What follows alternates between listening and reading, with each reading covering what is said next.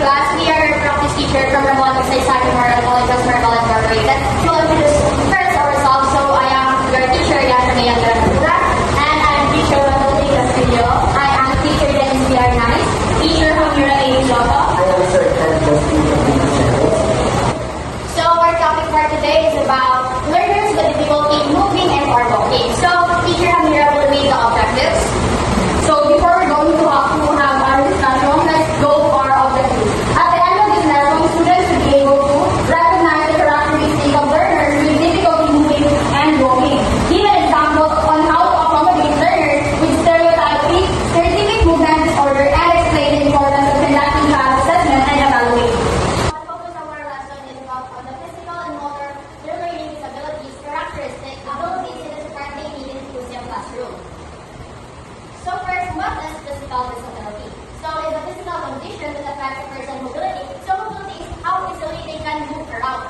And physical capacity, it is how long they can maintain the activity or the physical activity. Second is the stamina and the dexterity. So this is how well they can use their hand or their feet. Next. So learners with difficulty in moving and walking. So Who are the learners with difficulty in moving or in walking? So when a child is difficult to moving and or walking, the physical domain of development is affected. So when children struggles with movement or walking, the physical development is directly impacted, so affecting their ability to fully participate in the daily activities, and especially in learning. So this can stem from various conditions affecting our brains, our muscle, and also our nervous system. So there are several examples of physical disability. First, the developmental coordination disorder or the dyspraxia. Second is the stereotypic movement disorder, and the third is the cerebral palsy. First, let us discuss what is dyspraxia. So first, the developmental coordination disorder is dyspraxia. Developmental coordination disorder, DCD, also known as dyspraxia, is a condition affecting physical coordination. It causes a child to perform multiple speculative activities or their aging appears to move slowly. According to the DSM-5, American Psychiatric Association 2015, it refers to significant concentration and coordinated motor skills that are significantly below expected physical development. So, dyspraxia is a chronic condition that begins in childhood, causes the difficulties and with motor skills or coordination. So, the first symptoms of this begins with the childhood, begins with the developmental of the children. So, what is dyspraxia? So, dyspraxia is a neurological condition affecting our motor development. So, the children with dyspraxia struggle to plan and execute a movement smoothly and efficiently. So, this isn't due to lack of understanding or intelligence, but rather a problem with the brain to receive and send signals to a motor. An example of this is when a child might understand how to write their names but struggles physically how to form the letters correctly. So second is the stereotypic movement disorder. So this is stereotypic movement disorder. This is a condition where the person gets repetitive purposely movement. So this is like the meaning of repetitive is like the involving the repetition of the action or element many times of the period of being boring. So next is the purposeless. So they doing it without a purpose. The example of this is air pulling, nail biting, and hand tapping. So this disorder is very intentional. So these behaviors interfere with social, academic, and activities that may harm themselves. Next is cerebral palsy. Cerebral palsy is a group of disorders that affects the person's ability to maintain balance and posture. The term cerebellia from the Greek word meaning to strike. So cerebral refers to our cerebrum, which is the affected area of our brain. While palsy refers to the brain's injury resultant disorder of movement. So there is a classification of cerebral palsy. So first is the monocerebral side of the body. So paralysis affecting one side of the body is arm and leg on the same side. So example is the paralysis of the left side of the arm and left side of our arm. There is tremendous. Three limbs affected. So affecting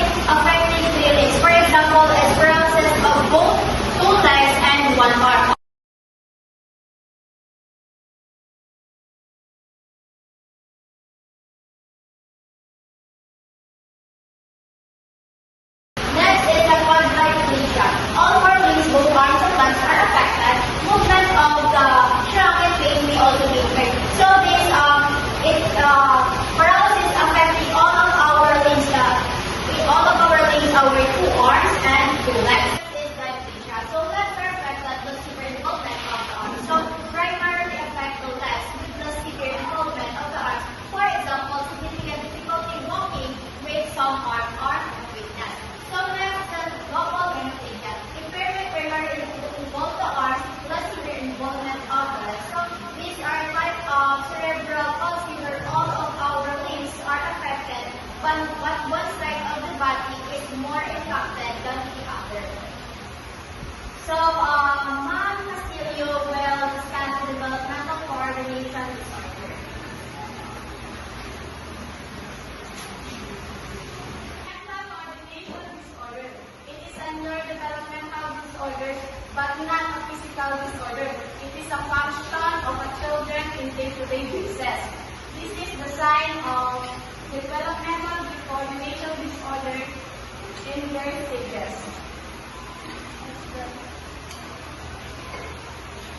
In the early childhood, difficulty in shoelaces, buttoning of a shirt, and using utensils. Also a problem of jumping, skipping, and also catching and kicking the ball. And in school age stages, in the early difficulty disorder, it is in the early childhood, it is more worse in these stages. It is they not engage to sports and they not engage to sport and they don't want to work writing tasks in a long period of time. In conducting an assessment, let's determine the following. First, child developmental maturity. If an early developmental of the children are delayed, for example, walking. If the developmental of children are delayed, the child has a factor to develop as DCD or developmental coordination disorder. Second, intellectual ability. Condition is a lack of condition between mental intention and ability of a body to carry out this intention. Third, cross and fine motor skills. Cross motor skills are involved a large muscle of the body. Example, jumping, walking, running, and maintaining balance. And a fine motor involves a use of small muscles that mirror activities like writing, cutting a paper, or a shoelace. Ma'am Melota will be discussing why there is a need for assessment. So, why there is a need for assessment? According to Northbridge 2017, assessment is conducted to check the child's balance, sensitivity to touch, and performance in other draws and fine motor activities. To analyze the child's oral motor coordination. So next is the two things that evaluator need to check. Number one, strength and flexibility by palpating muscles, ball, and depth assessing flexibility of joints and the quality of intensity of grasp and neck. Two, the motor planning, which includes observing functional growth and fine and motor skills in determining hand dominance lack of depth. Erratic movement disorder, it is characterized by repetitive, seemingly driven, and apparently purposeless motor behavior. This behavior might look like handshaking, body rocking, self-biting, or beating one's own body. Next. So, the stereotypes typically developing children may display stereotyping movement or behaviors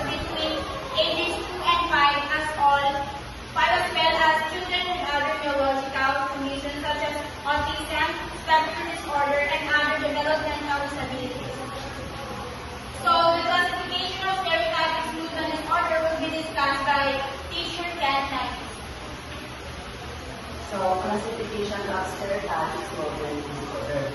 So we have two classification. One, primary non-aplastic motor stereotypes.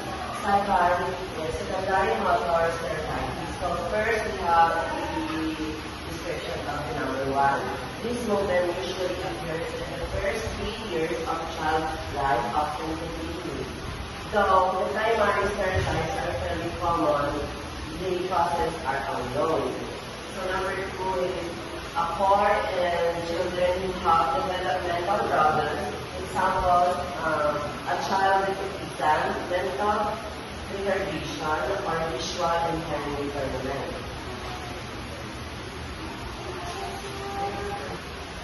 Learning characteristics. It is a constituent upon the impairment, its severity, and individual factors. It can be different from person to person. The impact can be mild to severe. Some children may have significant limitations to their activity levels that require intensive medical and/or educational assistance. Learning difficulties vary from the person to person. The impact depends on the type, and severity of the impairment, and also the individual factors. Some children need a lot of extra help from the doctors and teachers because their learning challenges affect their daily activities significantly. Motor difficulties and disabilities are known to significantly affect a child's ability to perform daily activities, which include first the memory. Motor problems and disabilities can make it hard for children to do everything. This includes the memory for remembering things. The second is perception and processing, which is the understanding and reacting to what they see and hear. The third one is the planning. Planning or planning ahead. The fourth one is carrying out coordinated movement, which is doing things that need good coordination like writing or playing sports. So basically, if a child has a trouble with their movement, it can affect many other parts of their life.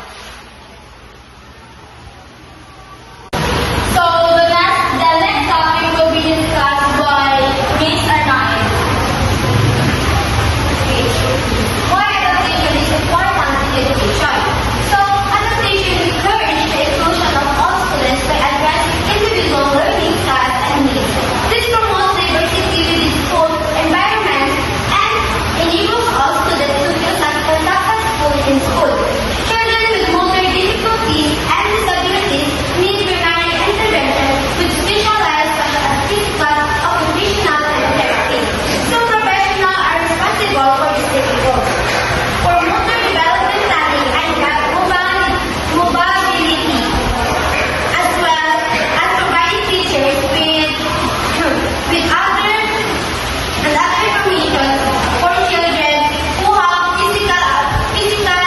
physical condition, limitation, and abilities.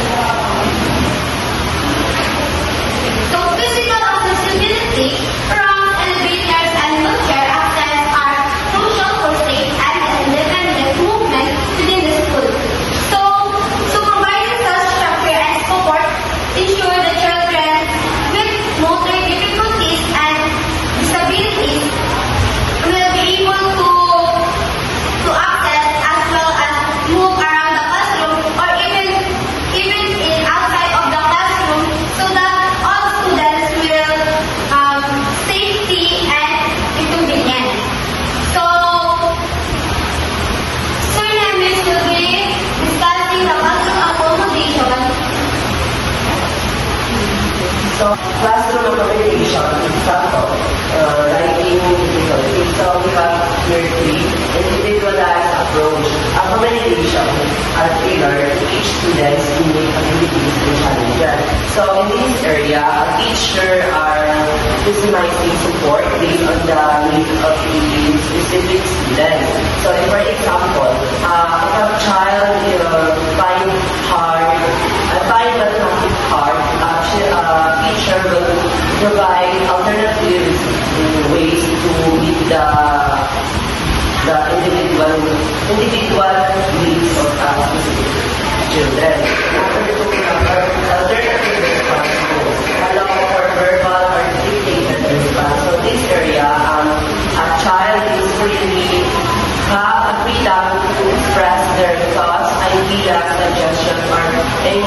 oral or any expression we want to express through oral or speaking instead of writing. So last we have sensitive technology, providing adaptive writing tools, samples and stories, guide themselves success. So in our generation nowadays, technology really increased. So technology helps our students with special needs in terms of learning to make their learning easier and comfortable. Classroom accommodation for children who have BCD and SMD. So we have four types of accommodation. We have response, accepting, schedule, and other. So we have here also the description of those mentioned accommodation. So first we have assign, appear, adult, scribe, remote teaching. Use different styles of paper, graph, paper, to align numbers. Try different writing tools and pencil read. Word, processor, computer, use text-to-speech programs, allow for oral recitation, test, taking, supplement, repeated test, written test. Provide alternate assessment methods. First, we have your assessment. Assign a first and adult title for note taking. So here in this area, a teacher will assign a seatmate or a classmate for note taking to even in this response, classmate or seatmate will go in to take note for a specific child with a special needs. So number 2, use different size of paper and paper to align numbers. Here, it is just to help organization. So number 3, here we have use a proper processor computer, use a text-to-speech program. So here it just implying that instead of writing, the student with a special needs listening tools or so number 3 is representative. So it just means that typing and listening instead of writing. So last, provide assessment. So number 2 in our accommodation setting, allow for three parent child and years with adjust chair and or desk height to maximize posture and stability. Replace non-enough on the chair or provide opportunity for motion. Right? So allow for our first indicated sequence specific individual who have a special needs must be closer to a teacher to allow them to gain knowledge effectively.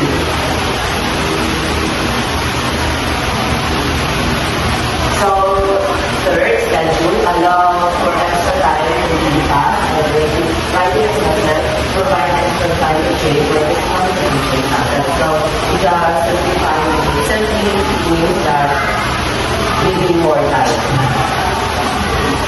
So last, for our communication, we have others. So photocopy notes and homework reminders for the child. Allow to take notes of notes and homework reminders. Give advanced organizers before a lesson or lecture to help them review the class. Send lecture handouts via email. So we have the photocopy notes are really helpful for them to easily see and allow them to take photos because their disabilities or special needs, they are having easily. So if there's no education or clarification, they're going to have